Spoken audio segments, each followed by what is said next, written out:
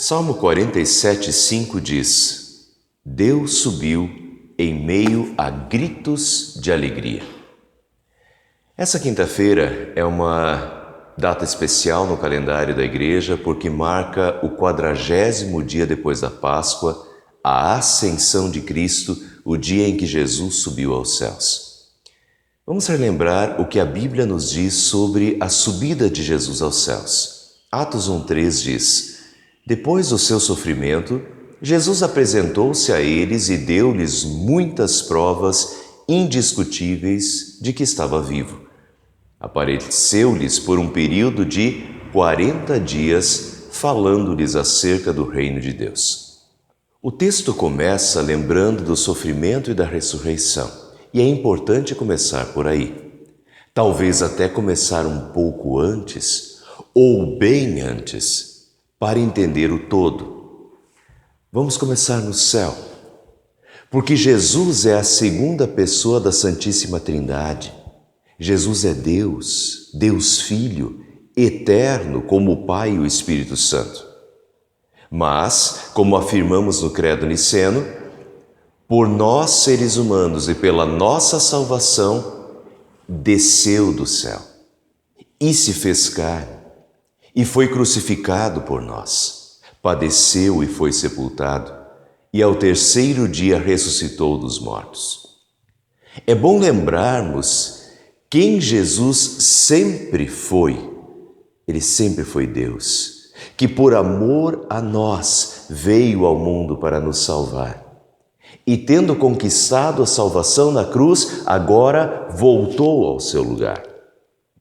E esta volta, sua subida aos céus, aconteceu no 40º dia, nos diz o texto. E isso tudo fazia parte do plano eterno da Trindade. Vamos lembrar que o intervalo é muito curto. Jesus conquistou a salvação, ficou 40 dias falando sobre o reino de Deus com os seus discípulos, confirmando a sua fé e os preparando para a sua missão no mundo, e então subiu aos céus. E 10 dias depois, no 50º dia, já aconteceu o Pentecostes com a descida do Espírito Santo, a terceira pessoa da Santíssima Trindade vindo ao mundo. Notem a sintonia do plano de Deus. Nós vemos isso, às vezes, um pouco desvinculado. Temos culto de Sexta-feira Santa, culto de Páscoa, culto de Ascensão e culto de Pentecostes. Mas para Deus, isso tudo é uma só coisa: a concretização do seu plano salvador pela humanidade, que incluía a descida de Jesus ao mundo para morrer por nós e pagar pelos nossos pecados, e também previa a vinda do Espírito Santo, que nos guia espiritualmente e nos sustenta na fé até a segunda vinda de Cristo. Ou seja, no todo do plano salvador de Deus, da Trindade, a vinda de Jesus ao mundo, assim como a sua volta e a descida do Espírito Santo, tudo estava milimetricamente planejado, já havia sido profetizado. E nestes acontecimentos, agora todos esses eventos estão se concretizando. E eu termino essa parte da mensagem dizendo: esse plano salvador de Deus, ele continua em ação. A ação de Deus Pai, Deus Filho e Deus Espírito Santo continua em ação. E a nossa fé e nós somos provas vivas disso.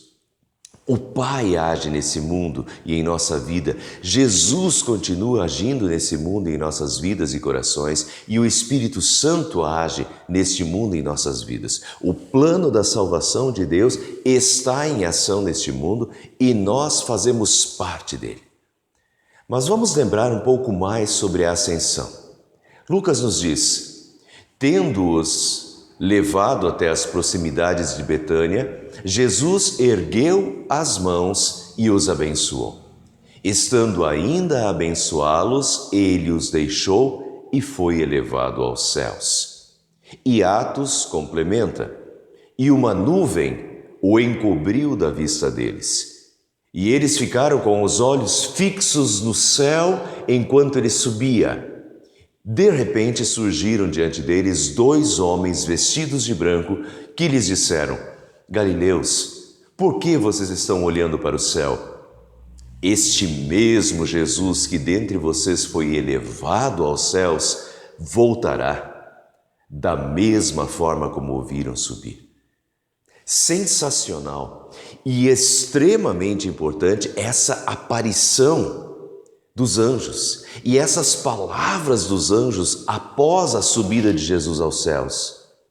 Elas já nos fazem olhar e apontam para a segunda vinda de Cristo, quando ele voltará da mesma forma como o viram subir. Daqui a pouco eu vou falar um pouco mais sobre isso. E o Evangelho de Marcos ainda acrescenta: Jesus foi elevado aos céus e assentou-se à direita de Deus. Olha aí, ele sempre foi Deus e esteve ao lado do Pai e do Espírito Santo. Por amor a nós, ele se fez carne para nos salvar, mas agora voltou à direita do Pai. Voltou a ocupar o lugar que sempre foi seu e do qual ele abriu mão, se tornando servo em humildade para a nossa salvação, mas novamente volta ao seu lugar, no governo de todas as coisas, à direita do Pai.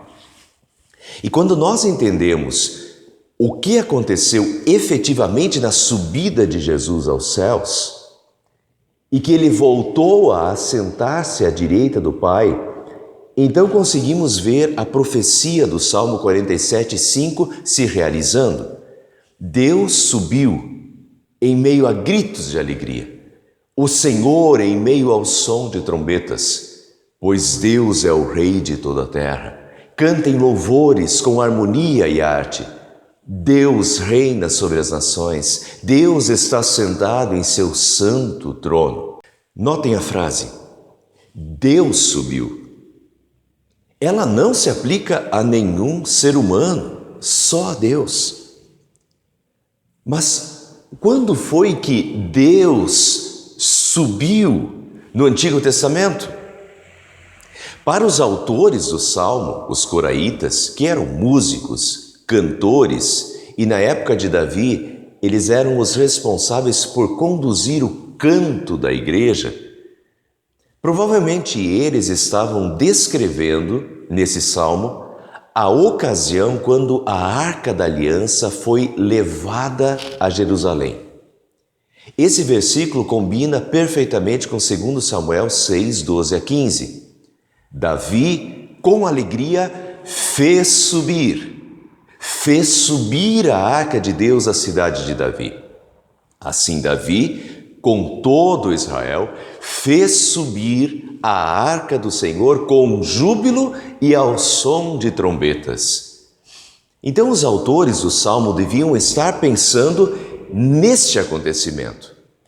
Mas o Espírito Santo estava profetizando algo muito maior através dessas palavras. Algo que os autores ainda não tinham ideia. Vejamos, qual era o significado da Arca da Aliança no Antigo Testamento? Ela simbolizava a presença de Deus entre o seu povo. Por isso eles podiam dizer que Deus subiu, porque eles viam na Arca da Aliança a presença de Deus entre o seu povo. E neste evento, a Arca foi levada para Jerusalém, a capital, a sede do reinado, para o Monte Sião, dentro do tabernáculo. E nesse sentido, para eles, Deus, a Arca da Aliança, Deus subiu e agora ocupa o seu lugar no reinado. Mas eles não tinham ideia de que isso era apenas uma miniatura de acontecimentos muito maiores que estavam no futuro, quando o próprio Deus desceu ao mundo e viveu entre nós. Jesus era a Arca da Aliança em sua perfeição. Jesus era o tabernáculo vivo na terra. Ele era a própria presença de Deus entre o seu povo. O seu sangue era o sangue da nova aliança, do perdão e da vida eterna. Então, o próprio Deus estava aqui, realizando a plena aliança no seu sacrifício redentor, e após realizar esta aliança perfeita, então subiu Deus para novamente sentar à direita do Pai e ocupar o seu lugar no reinado sobre todas as coisas. E não nos enganemos com a linguagem. Estar à direita do Pai não quer dizer ser menor ou ocupar uma posição inferior. No mês de abril, acompanhamos os noticiários a morte do príncipe Filipe, marido da rainha Elizabeth. Ao contrário do que se poderia esperar, ele não podia ser chamado de rei, apenas de príncipe, e suas funções eram as de um coadjuvante da rainha, tendo inclusive de andar 2 passos atrás dela, seguindo o protocolo. Não é assim com Jesus. Jesus não tem um papel de coadjuvante no reinado. Jesus está ao lado do Pai no governo e está tão ativo na obra salvadora como sempre esteve.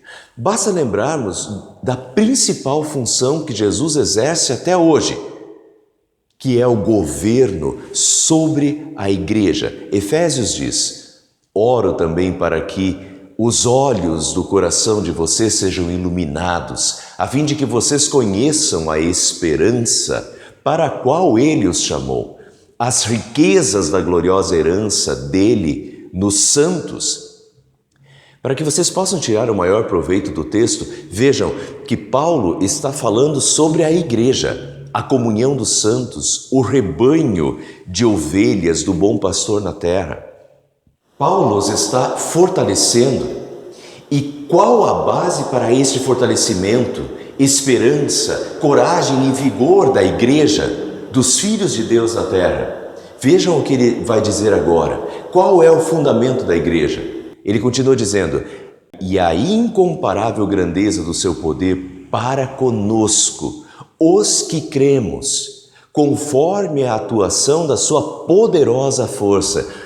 Esse poder ele exerceu em Cristo, ressuscitando-o dos mortos e fazendo-o assentar-se à sua direita nas regiões celestiais, muito acima de todo governo e autoridade, poder e domínio e de todo nome que se possa mencionar, não apenas nesta era, mas também na que há de vir.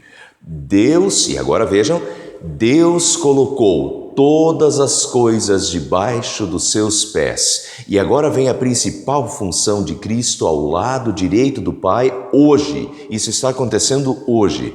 E o designou cabeça de todas as coisas para a igreja, que é o seu corpo, a plenitude daquele que enche todas as coisas em toda e qualquer circunstância.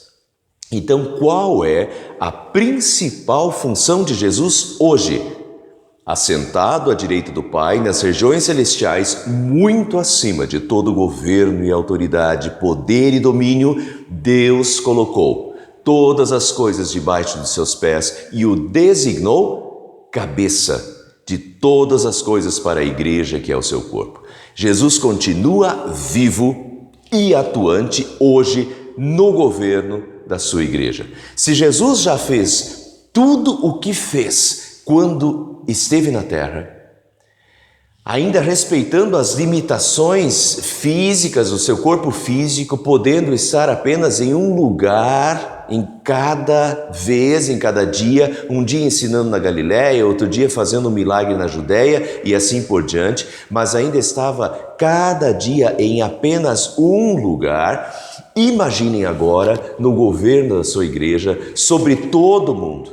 Ele está cuidando de tudo e de todas as suas igrejas e todos os seus filhos do mundo inteiro com o mesmo amor, com o mesmo carinho, com a mesma forma de atuação que ele demonstrou quando esteve aqui na terra, agora no céu, como cabeça do seu corpo na terra. E que enorme corpo de Cristo se tornou a sua igreja, espalhada pelo mundo inteiro.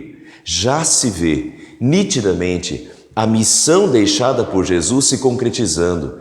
A igreja foi por todo o mundo e fez discípulos de todas as nações. Hoje nós temos irmãos em Cristo no Japão e uma enorme comunidade cristã de milhões de cristãos na Coreia do Sul.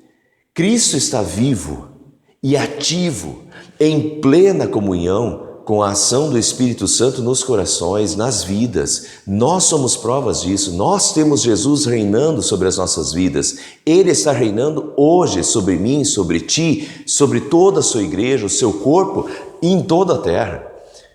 Quando Jesus disse, onde 2 ou 3 estiverem reunidos em meu nome, ali estarei no meio deles, sem dúvida ele está. E isso está acontecendo. Quando ele disse, estarei convosco todos os dias até a consumação dos séculos, certamente isso está literalmente se cumprindo e ele está conosco todos os dias até o fim.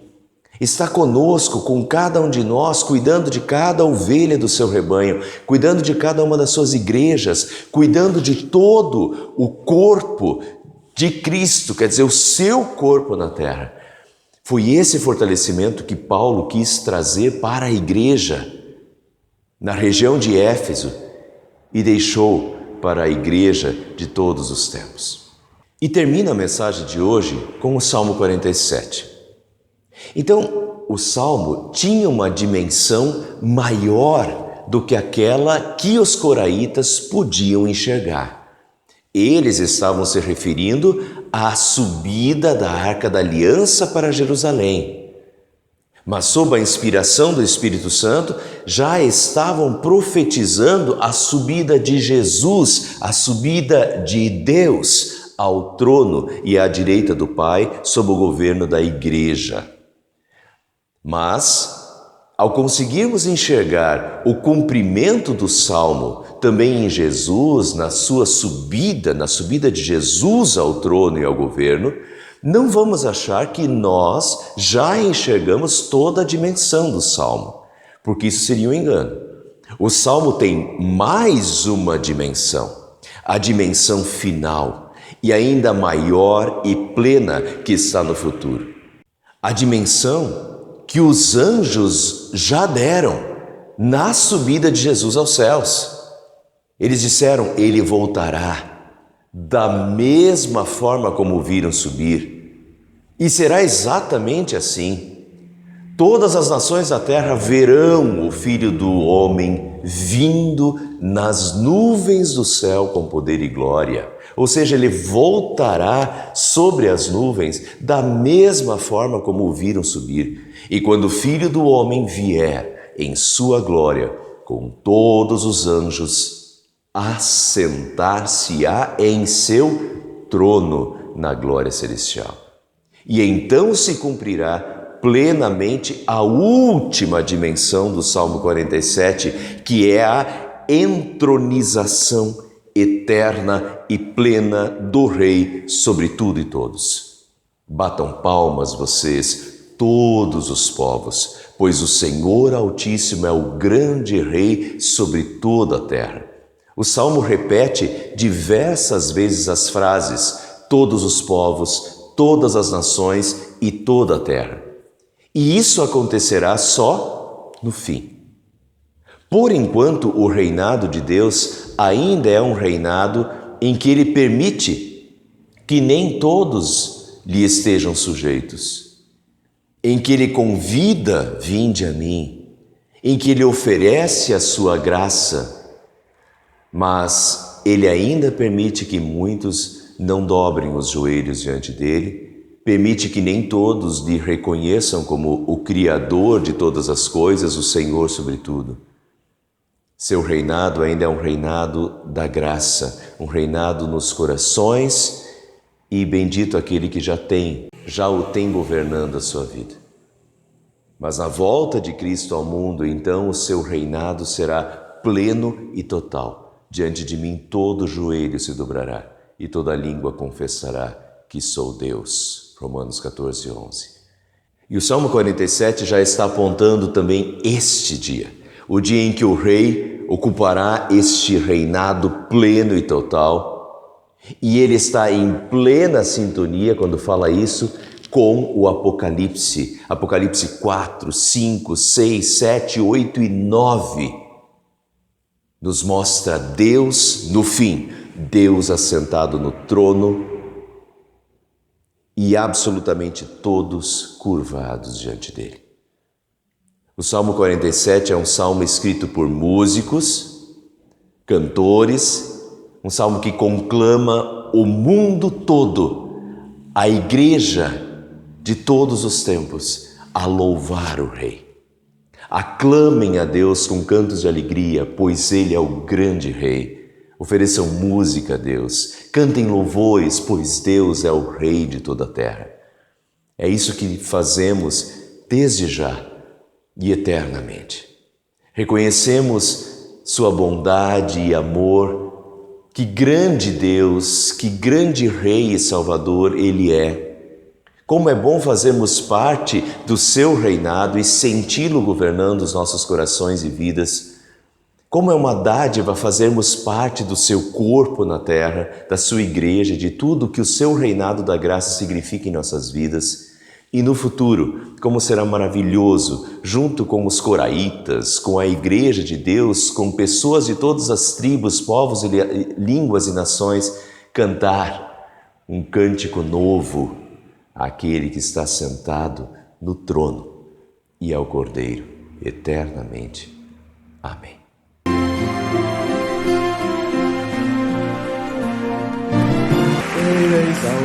O Rei é exaltado nos céus, eu louvarei. Ele é exaltado para sempre, exaltado seu nome, louvarei.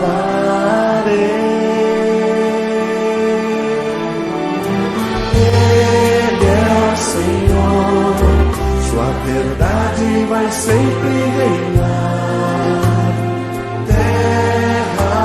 Céus glorificam seu santo nome. Ele é exaltado, o Rei é exaltado nos céus. Ele é exaltado, o Rei é exaltado nos céus. Eu louvarei.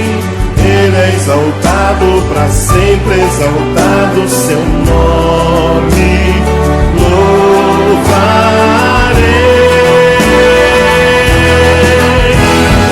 Ele é o Senhor, sua verdade vai sempre